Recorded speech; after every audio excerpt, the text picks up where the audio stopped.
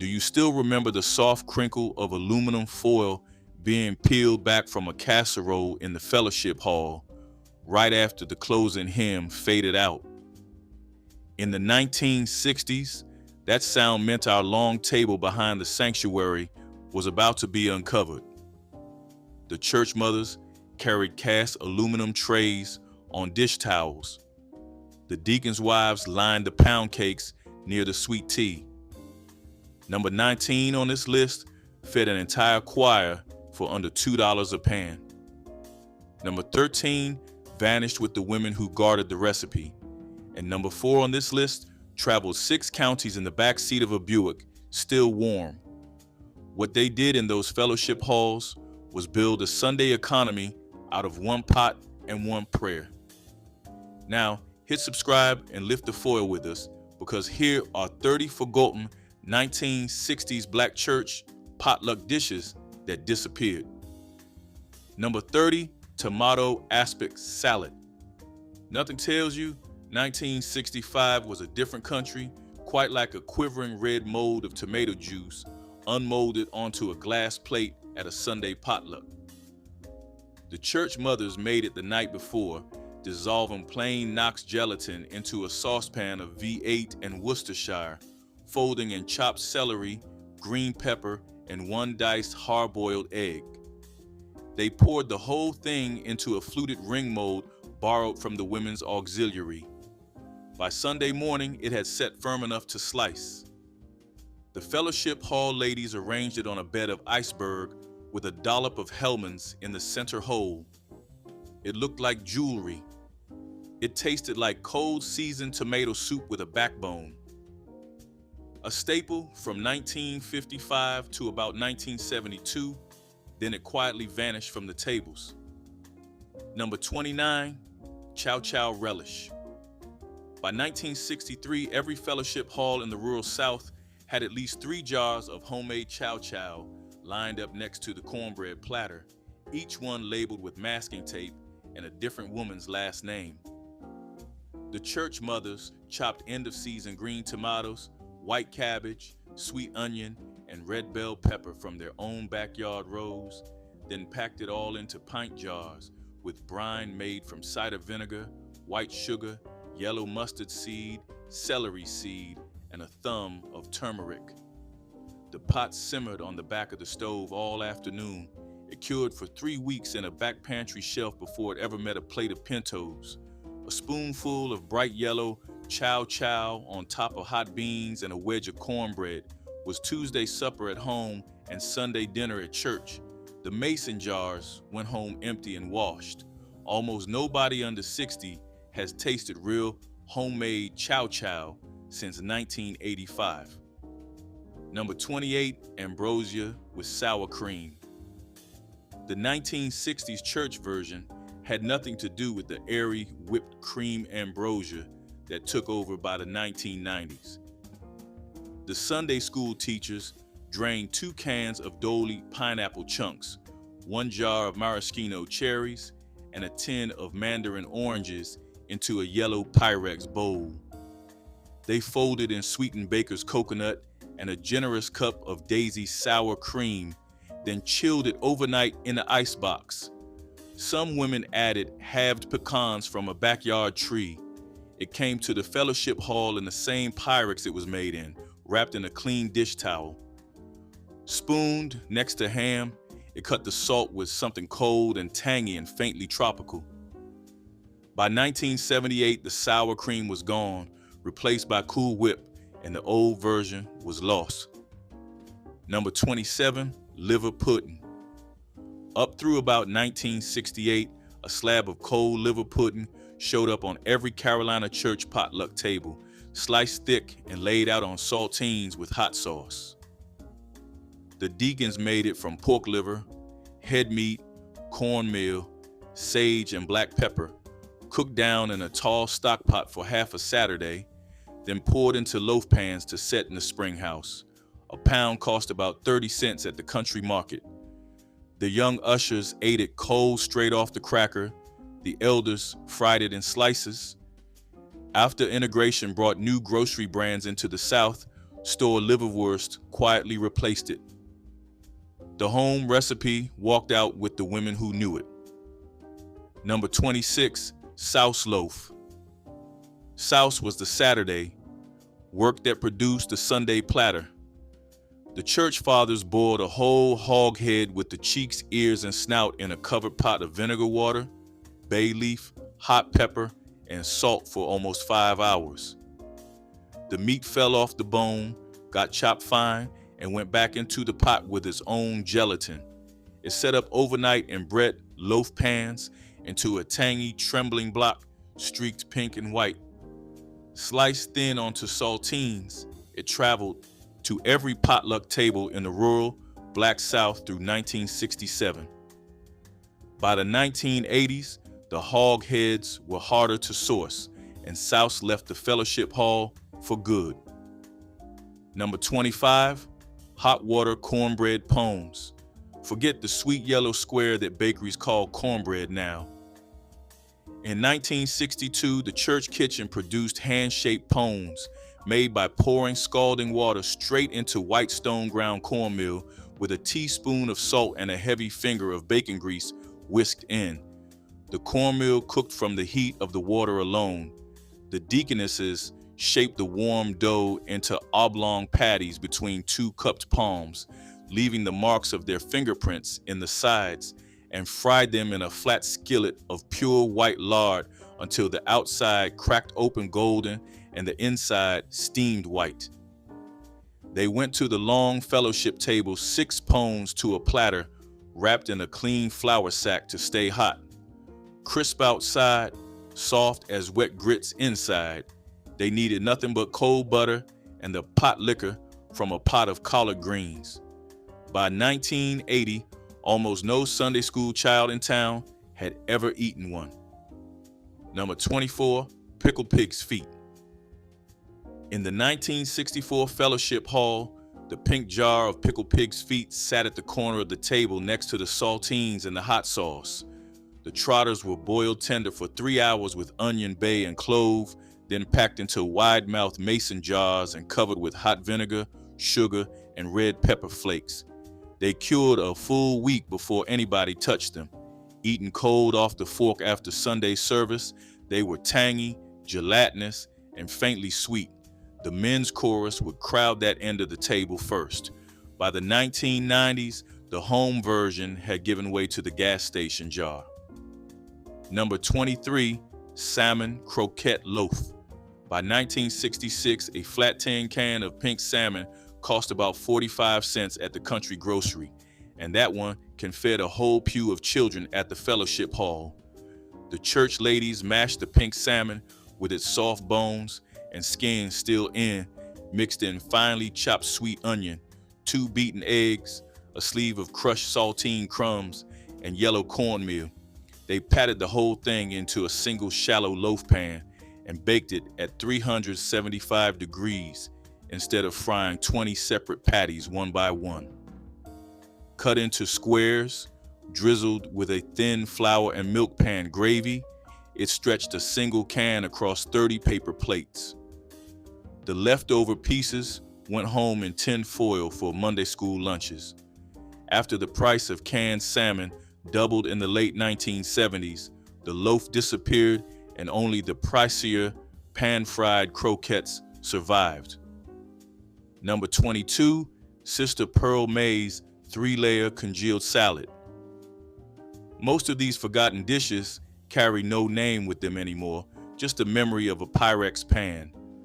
But in fellowship halls across the rural South, the 3-layer congealed salad belonged to one archetype that existed in every congregation, the Sister Pearl May. Every black church had one.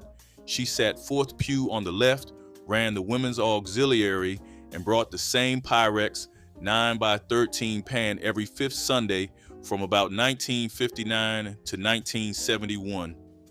The first layer was lime jello set with crushed pineapple and grated carrot. She poured that on Friday night. Saturday morning, she poured the middle layer, a tinted cream cheese and mayonnaise mixture stretched with a packet of Knox plain gelatin, white as a hymnal page. By Saturday afternoon, she added the top cherry jello suspended with halved maraschinos and crushed pecans from her own backyard tree. The whole thing set Sunday morning before the sunrise service. She carried it across 2 pews on a folded dish towel, never letting it tip. The Sister Pearl May of any given congregation in 1965 was usually a widow in her 60s, often a retired school cook, almost always the woman who counted offering envelopes on Monday morning. The salad was hers because the 4-shelf icebox in her kitchen was the only one in walking distance with that much vertical space. After integration, after the supermarkets came and the Pyrex set in her cupboard chipped past use, the recipe traveled nowhere. Younger women called it old-fashioned, the Sister Pearl May of each church passed on, and the 3-layer congealed salad with her. Few people talk about how much culinary memory in the Black church walked out the door wrapped in a dish towel. A whole strata of Sunday food lived in one woman's icebox, and when she went home, the layered salad went with her. Number 21, hog's head cheese. Not actually cheese, not even close. By 1965, the church fathers in Black Belt counties from Alabama to South Carolina were still making head cheese in the same back of the kitchen way their grandfathers had. A whole cleaned hog head went into a vinegar water bath with bay leaf, allspice, and a fistful of black pepper and simmered for the better part of Saturday. The cooked meat was picked clean of bone, chopped, seasoned heavily, and poured back into its own broth in a loaf pan to set overnight. By Sunday, it was sliceable, tangy, peppery, and translucent at the edges. It came to the potluck as half-inch slabs on a glass plate next to the saltines. By 1985, a new generation refused to look at it. Number 20, red rice purlieu. The Low Country Gullah congregations brought a deep red rice purlieu to fellowship halls from Charleston up through coastal North Carolina well into 1968. The church matrons rendered diced country bacon in a wide cast aluminum pan, dropped in chopped onion and green pepper, stirred in a can of stewed tomatoes, then poured in a full pound of long grain rice and twice its volume in broth. It cooked covered on the back of the church stove until every grain was stained the color of a brick wall. Served from a deep enamel platter, it filled half a paper plate and any room around it.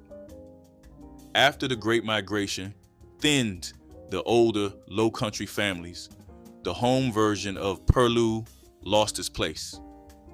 Number 19, Sunday spaghetti red pan. Here's the choir feeder from the intro.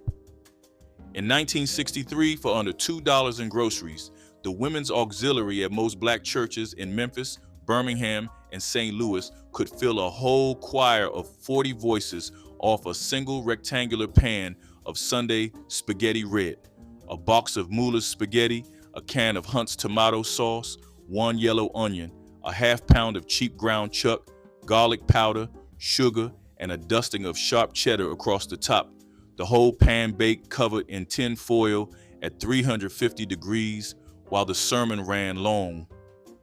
Pulled from the oven at the closing hymn, it served 40 paper plates with leftovers for the deacons. By the late 1970s, ground beef prices climbed and the dish migrated home. Number 18, brown sugar snap beans. Pole beans grew up the corn rows in every Black family garden through the late 1960s, and on Sunday mornings, the church mothers brought a 5-quart pot of snap beans that had been cooking since 6 a.m. The beans simmered with a smoked ham hock, a strip of fatback, 1 whole yellow onion, and 2 heaping spoons of light brown sugar. The brown sugar was the part nobody confesses to anymore. It cut the salt from the ham hock and turned the potlikker a deep mahogany. Ladled over hot pones, at the long table, the bean liquor was as prized as the beans themselves. By the 1990s, Brown sugar and greens was called country, and the recipe quietly went. Number 17, smothered neck bones. Neck bones cost about 35 cents a pound in 1964, and they could feed a long table of hungry Sunday school children if the church mothers knew what to do with them. The auxiliary women cleaned and salted pork neck bones, dredged them in seasoned flour, browned them in a wide pan of lard, then smothered them under sliced onion, garlic, paprika, and 3 cups of broth. The whole pan went in the oven at 325 degrees for 2.5 hours until the meat fell off the bone and the gravy turned coffee dark. The pan came to the potluck still in its lid, set down on a folded towel so the gravy would not splash. Spooned over hot rice with bread on the side, a 35-cent pound stretched to 12 plates. By 2005, most fellowship halls had stopped serving them entirely. Number 16, sweet potato pone. Sweet potato pone was the country cousin of sweet potato pie, and in 1965, it outnumbered the pie 3-1 on the dessert end of the fellowship table. The grandmothers grated raw orange sweet potato on the same box grater they used for cabbage, then folded the shreds into beaten eggs, evaporated milk, brown sugar, nutmeg, allspice, and a 1/4 cup of melted butter. The whole pudding poured into a buttered baking dish and baked slowly for an hour and a half until the top crackled and the inside stayed dense and chewy like a soft pudding. Cut into squares, warm, eaten without a fork, it tasted of yams and sundae. By the 1990s, the pie won and the pone lost. Number 15, persimmon pudding. Through about 1969, late November in the rural Black South meant the wild persimmon trees behind the cemetery dropped their fruit soft and ripe, and the church mothers gathered them in coffee cans on the walk back from morning service. They mashed 2 cups of the orange pulp through a colander to take out the seeds, then beat it with white sugar, a stick of melted butter, 2 eggs, evaporated milk, flour, baking soda, cinnamon, and nutmeg. The thick batter went into a wide cake pan and baked at 325 degrees until the top crackled and the inside stayed soft like a steamed date pudding. Cut warm into squares at the fellowship table, it tasted of frost and honey.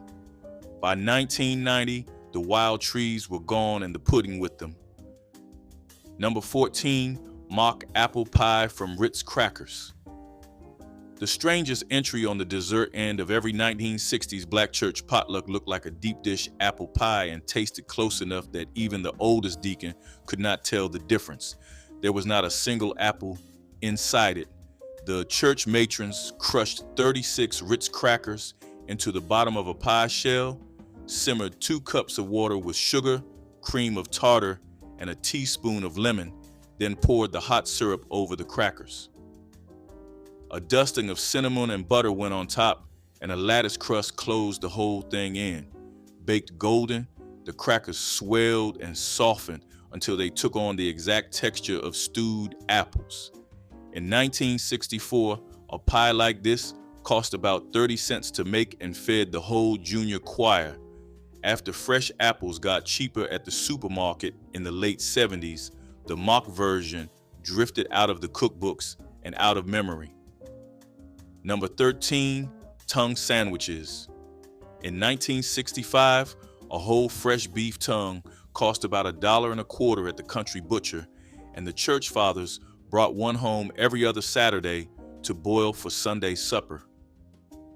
They simmered the tongue for 3 hours in salted water with bay leaf, peppercorn, garlic, and 1 yellow onion, then peeled off the rough outer skin while it was still warm. Sliced cold and thin, the meat went between 2 slices of white sandwich bread, spread with yellow mustard and Duke's mayonnaise. The platter held 30 triangles, crust trimmed, stacked under a damp tea towel to stay soft. The men of the deacon board ate them first. By the late 1980s, the tongue had left the meat counter, and the sandwich with it. Number 12, pickled beet eggs. The shocking magenta of a pickled beet egg sliced open on a paper plate is one of the lost visual signatures of the 1965 Fellowship Hall. The deaconesses hard-boiled 24 eggs at a time and peeled them while still warm, then dropped them whole into a tall mason jar already filled with sliced canned beets, beet liquid, cider vinegar, white sugar, allspice berries, and 1 cinnamon stick. The whole jar lived a full week in the back of the kitchen icebox until the white of every egg turned deep purple all the way to the yolk. Set out next to the saltines and the deviled platter on Sunday, the pickled eggs were tangy, sweet, and faintly clove warm. The young ushers used to count how many they could eat before the closing hymn. By the 1990s, the jars had migrated out to convenience store counters in the rural South, and the homemade church version was finished. Number 11, sweet milk custard. Through about 1967, a wide white enamel pan of soft-baked custard cooled on the back counter of our church kitchens on the first Sunday of the month. The church mothers scalded a quart of whole milk in a saucepan, beat 6 eggs with a cup of white sugar and a tablespoon of vanilla, then strained the custard through a fine sieve into a buttered Pyrex baking dish. They set the dish in a larger pan of hot water and baked it slow at 325 degrees for almost an hour until the top turned freckled gold and the center barely trembled. A grating of fresh nutmeg went over the top the moment it came out. Spooned into footed glass cups for the older saints first, it tasted of sweet milk in church kitchens. By 1985, the box pudding mix had taken over. Number 10, tea cakes. Before there was a Pillsbury cookie aisle, there were tea cakes. And through about 1968, every black grandmother in the rural South kept a pinch jar of nutmeg, vanilla, and lemon extract reserved for them. The church matrons creamed a cup of softened butter with 2 cups of white sugar, beat in 3 eggs and a glass of buttermilk, then stirred in flour, baking soda, and a heavy spoon of grated nutmeg until a soft dough formed. They chilled it on the back porch overnight, rolled it out 1/2 inch thick on a floured oilcloth, and cut it with the rim of a juice glass. Baked 12 minutes at 375 degrees on a heavy aluminum sheet, the tea cakes came out the color of pale gold, soft in the middle and crisp at the edge. Wrapped in wax paper, 4 dozen at a time made it to the fellowship hall. After packaged cookies cheapened in the 1980s, the homemade tea cake quietly went home for good. Number 9, lemon icebox pie with Eagle brand. By 1963, the side door of every refrigerator in a church matron's kitchen held a can of Eagle brand sweetened condensed milk reserved for one purpose. The Sunday school teachers whipped a single can with a 1/2 cup of fresh lemon juice, the zest of 2 lemons, and 3 egg yolks until the filling thickened by chemistry alone. They poured it into a graham cracker crust, pressed into a Pyrex pie plate, topped it with the beaten egg, whites whipped stiff with sugar, and chilled the whole pie overnight. By Sunday afternoon, it was cold, dense, and bright as sunlight in the mouth. 2 pies fed 40 members of the Women's Auxiliary. After supermarket frozen pies arrived in the late 1970s, the icebox version slowly disappeared. Number 8, brown sugar Coca-Cola cake. In the 1965 Fellowship Hall, the sticky chocolate sheet cake at the center of the dessert table was made with a full 10-cent bottle of Coca-Cola poured straight into the batter.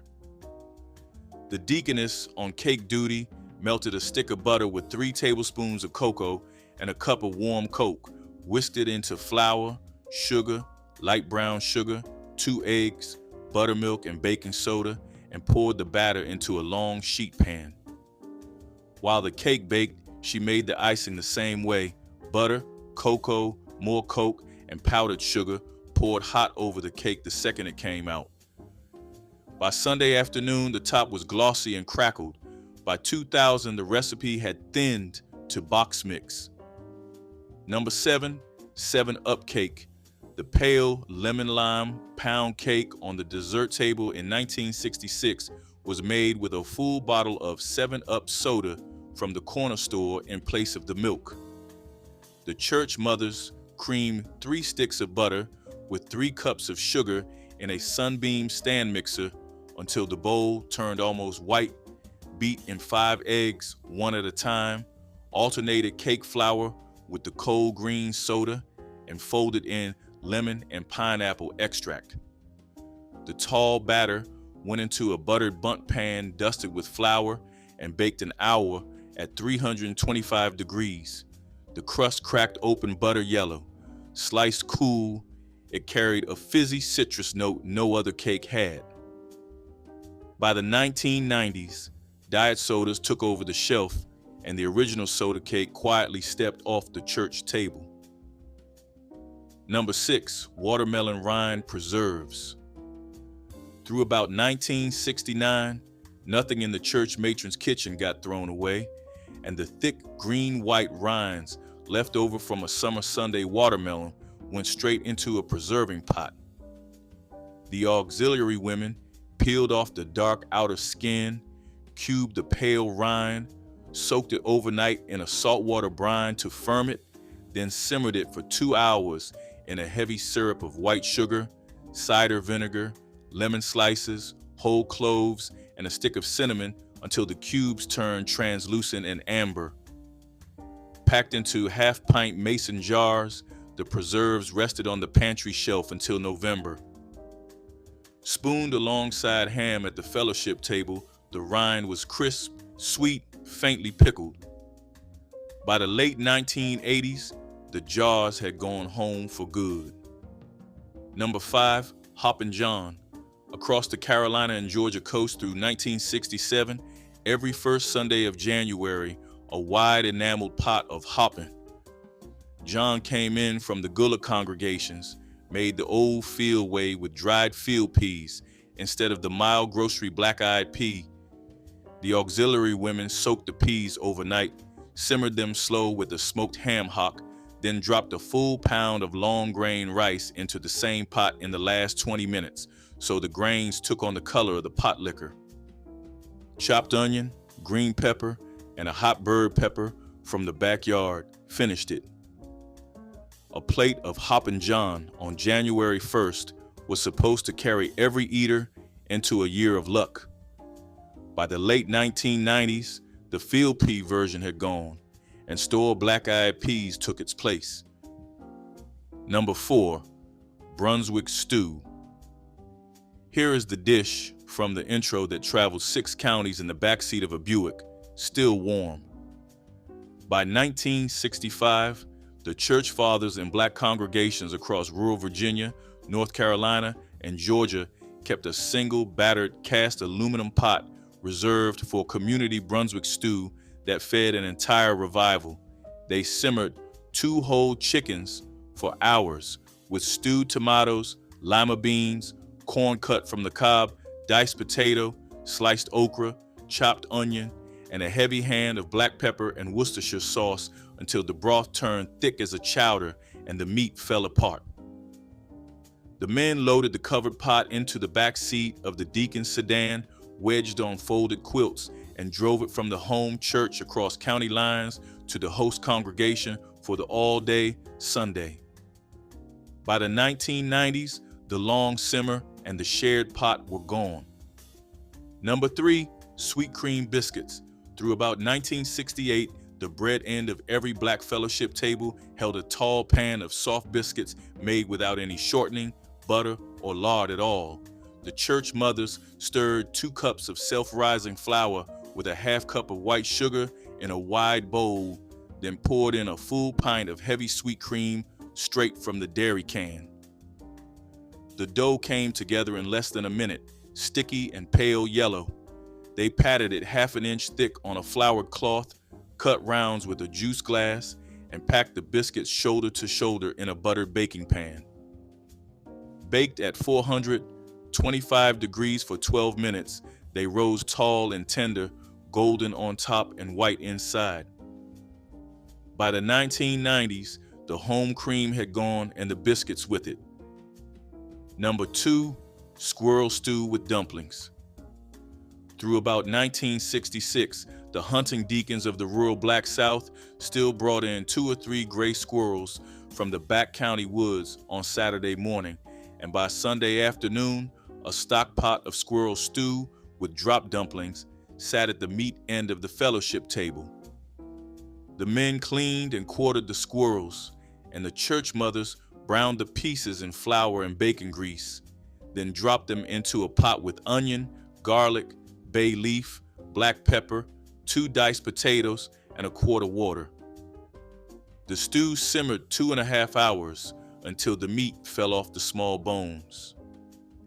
In the last 15 minutes, the women dropped soft buttermilk dumpling batter on top of the broth and closed the lid so the dumplings steamed light as clouds. Ladled over rice, the gravy was dark, the meat sweet and lean. Once the rural Black families migrated north, the recipe slipped off every potluck table. Number 1, pigeon pie. The very last dish that disappeared from the 1960s Black church potluck table was the homemade pigeon pie, baked from the wild rock pigeons the church fathers trapped on the rafters of the country barn through about 1965. The men plucked and cleaned 6 birds. The church mothers simmered the small breasts for an hour with onion, garlic, bay leaf, salt pork, and black pepper until the meat slid off the bones in long shreds. They thickened the broth with a flour and butter roux and a pour of cold milk, folded the meat back in, and lined a deep pie dish with a lard-based crust before pouring the filling in. A second crust crimped the top and 3 small slashes vented the steam. Baked an hour at 375 degrees, it came to the fellowship hall covered in a clean tea towel, and 1 pie fed 20 Sunday plates. By the late 1970s, the wild pigeons were gone from the country barns, and the last hand that knew the pie went with them. Mustard potato salad appeared at every church supper in large bowls, its bright yellow color from prepared mustard distinguishing it from mayonnaise versions and giving it tangy sharpness that cut through rich meats. Potatoes were boiled until tender, then cooled and diced before being mixed with chopped onions, celery, hard-boiled eggs, sweet pickle relish, mayonnaise, and generous squirts of yellow mustard. The result was creamy and tangy with textural variety from crunchy vegetables and creamy potatoes, served cold during long gatherings. Churchwomen made potato salad in enormous quantities, knowing it was essential accompaniment to fried fish, barbecue, or any main dish needing starchy, cool contrast. Potatoes were among cheapest vegetables available year-round, with 10-pound bags costing less than $1. The mustard added minimal cost but maximum flavor. Families developed strong preferences for their church's version. Barbecue meatballs were the kind of dish that drew laughter before the first bite. Sticky, sweet, and warm, they traveled in covered pans from kitchens to church halls, ready to be passed around on toothpicks while the children hovered close. They were coated in a thick, tangy sauce made from ketchup, sugar, and love, bubbling on the stove until it clung to every inch of meat. Each bite was tender, smoky, and comforting, like a backyard memory folded into Sunday supper. At potlucks, they came out first, the unofficial welcome before the main course. The elders teased each other about who made them best, and the kids cleaned the tray long before the second round of prayers. It was food meant for sharing, for talking, for laughing, for feeding hearts as much as stomachs. The sauce left a shine on every plate and a sweetness on every smile. It was not about perfection. Some came out too soft, others too sticky, but about joy, pure and simple. They were made in the same pans that cooked Sunday dinners for generations, pans seasoned by years of care and community. When you saw those meatballs sitting on the table, you knew you were home, no matter whose church you were in. okra and tomato succotash, brought color and heritage together in one bubbling skillet. Fresh okra pods, sliced thin, mingled with sweet ripe tomatoes, corn kernels, onions, and peppers, creating a medley that linked West African traditions with Native American harvests. The dish simmered until the vegetables melded into a savory stew, thickened naturally by the okra's silken texture. Farmers' markets once overflowed with the ingredients every late summer, and families counted on succotash to stretch their crops and fill their tables. It was a side dish that could stand as a main course when meat was scarce, and its bright flavors paired beautifully with cornbread or rice. Elders told stories of ancestors who carried seeds and memories across oceans and frontiers, weaving history into every spoonful.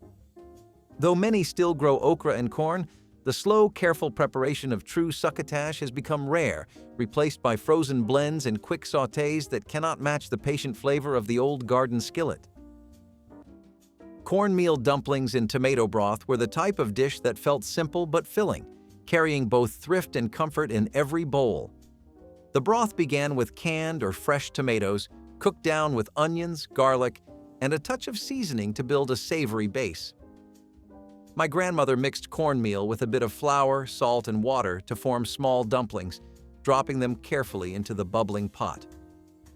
As they simmered, the dumplings softened into tender bites, soaking up the tang of the tomatoes while thickening the stew.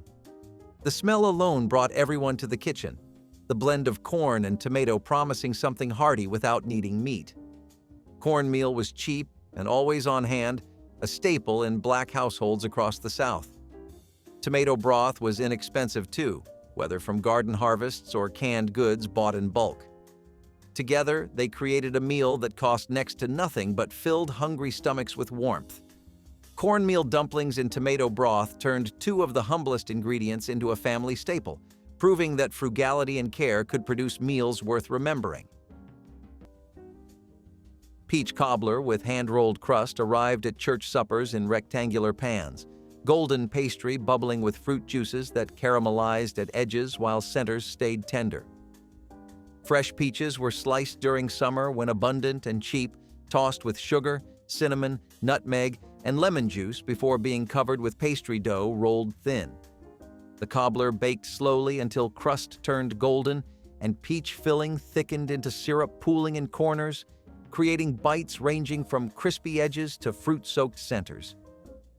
Churchwomen made these in home kitchens early Sunday morning, timing baking so dessert was slightly warm when served. Peaches in season cost little at roadside stands, with bruised fruit perfect since it would be cooked down anyway. The dish represented summer abundance and preserving seasonal fruit, with families often canning peaches for year-round cobblers. Children lined up eagerly, hoping for corner pieces with extra crust, while adults savored the combination that tasted like celebration. Candied yams were memory disguised as dessert, gleaming under syrup that caught the light like stained glass. They started as humble sweet potatoes, peeled and sliced by hand, then simmered with butter, sugar, and a whisper of cinnamon until they melted into themselves. Every forkful felt like Sunday comfort, the kind that lingered even after the plates were cleared. The smell filled every corner of the church hall, warm and familiar, bringing people back to childhood kitchens. There was something sacred about watching elders spoon them out with quiet pride. This dish did not need decoration. It already carried the glow of love. The yams were passed down like stories, like names, unchanged through generations because nothing about them needed fixing. When people said, "sweet," this is what they meant. The caramel syrup bubbled thick and glossy, coating every piece in warmth, the kind that stuck to memory long after taste faded. Sometimes a sprinkle of nutmeg or clove gave it a deeper note, but never too much. The sweetness spoke for itself. Candied yams did not rush. They took their time, slow and sure, like all things made with patience and heart. On church tables, their color alone brought smiles, that deep orange glow of comfort that meant home had arrived. Pickled watermelon rind turned summer scraps into something bright and memorable when waste was never an option. Families peeled the green rinds from sweet watermelons, cut them into strips and simmered them in a brine of vinegar, sugar, and warm spices until the pieces turned translucent and tender. The finished pickles carried a gentle sweetness with a tart kick that balanced fried fish or smoky barbecued pork. Children often helped pack the jars, laughing as the kitchen filled with the scent of cinnamon and clove. These jars lined pantry shelves and cooled in cellars, ready to brighten winter meals with a taste of summer. For many households, this thrifty condiment was a sign of careful planning and pride in making every harvest last. Today, few people bother to save the rinds, and the recipe hides in old notebooks and fading memories. Yet those who remember speak of the surprising pleasure of that sweet, sour crunch beside a plate of fried catfish. Stewed chicken backs were one of those meals that turned scraps into sustenance. In the 1960s, the back of the chicken was considered the cheapest cut, with little meat clinging to the bones. My grandmother bought them in bulk, cleaned them, and simmered them for hours with onions, potatoes, and carrots until the broth grew rich and fragrant. The long cooking softened the bits of meat so they slid easily from the bones, creating a meal that was both filling and flavorful. Families served the stew over rice or with cornbread, stretching the broth even further. The dish carried smoky undertones if she added a ham bone or a splash of fatback, but it was nourishing even without extras. What made it memorable was how something so overlooked could still feel satisfying and dignified at the table. Stewed chicken backs reminded families that nothing should be wasted, and even the smallest scraps could anchor a full dinner. It was a meal of patience, thrift, and creativity. Proof that the cheapest part of the bird could still feed a household with warmth and pride. Black-eyed peas with ham hocks simmered in church kitchens year-round but held special significance on New Year's Day when congregations gathered to eat them for luck and prosperity. Dried peas were soaked overnight, then cooked slowly with a single ham hock that released smoky, salty flavor while onions and garlic added depth. The result was creamy beans in thick pot liquor served as soup or over rice, with ham hock's meat pulled from bone. Churchwomen understood a little meat went far when combined with beans, providing protein without the expense of steaks beyond most budgets. Black-eyed peas cost almost nothing, with dried bags available for pennies, perfect for feeding large crowds after Sunday service. The dish carried deep cultural significance, connecting congregations to Southern agricultural traditions and New Year's customs promising good fortune. Children ate them without complaint because Potlikker's richness made beans taste special, while adults appreciated both nutrition and continuity with tradition. Baked macaroni and cheese was the crown jewel of every church supper, golden and bubbling beneath its crust. The noodles were cooked just enough, layered with sharp cheddar and evaporated milk in heavy pans that once belonged to someone's mother. No one used measurements, just instinct, passed down through taste and touch. When that oven door opened, the smell alone made people drift toward the kitchen. The cheese melted into a silky river, clinging to each noodle until it became more than a side dish. It was family history disguised as comfort food. Kids hovered close with their plates, hoping to get the corner pieces where the cheese crisped just right. Grandmothers guarded their recipes but always shared a serving, smiling at the next generation and saying, "Now this is how it's supposed to taste." On Potluck Sundays, the pan came back scraped clean, proof that love and patience never wasted. It was food that reminded people of who they were and why the best things in life take a little time to bake. Buttermilk cornbread baked in cast iron anchored countless suppers with its golden crust and tangy bite. The heavy skillet, seasoned from years of use, gave the bread a flavor impossible to match in a modern pan. Families stirred cornmeal with fresh buttermilk, a little lard, and a pinch of salt, then listened for the satisfying hiss as the batter hit hot iron. The result was a loaf both crisp at the edges and tender inside, perfect for soaking up Potlikker from simmered greens or for eating plain with a drizzle of cane syrup. Grandmothers often taught their grandchildren to test the heat of the skillet by flicking in a few drops of water, a small ritual that connected generations. On Sundays after church, the scent of baking cornbread drifted through neighborhoods, promising a meal that united family and friends. Today, prepackaged mixes and quick breads have replaced the slow, careful method that once defined African American kitchens, and the art of true cast-iron cornbread grows rarer with each passing year. Chicken wing stew was one of those meals that would surprise modern ears, since wings were once the cheapest part of the bird. My grandmother bought them in bulk when she could, piling them into pots with onions, celery, and carrots. Slowly simmered, the wings gave up their fat and flavor, turning thin broth into rich gravy. She thickened it with flour or cornstarch, serving it hot over rice or bread to stretch it even further. It was messy eating, but no one complained because the taste was so comforting. Wings may be prized today, but in the 1960s they were scraps, turned into nourishment by clever hands. She said every part of the bird had value if you treated it with respect. Chicken wing stew carried the spirit of thrift, transforming what others dismissed into something that filled the house with warmth. It was proof that good cooking did not depend on wealth, only patience and care. These dishes carried more than calories across our fellowship hall. They carried the names of women whose handwriting nobody can read anymore, and the patience of Saturday afternoons that none of us keeps. Who taught you to fold a tea cake or peel a beet egg without staining the cloth? What did the long table behind the sanctuary teach about feeding a room from one pot and one prayer? The Pyrex is washed, the icebox is empty.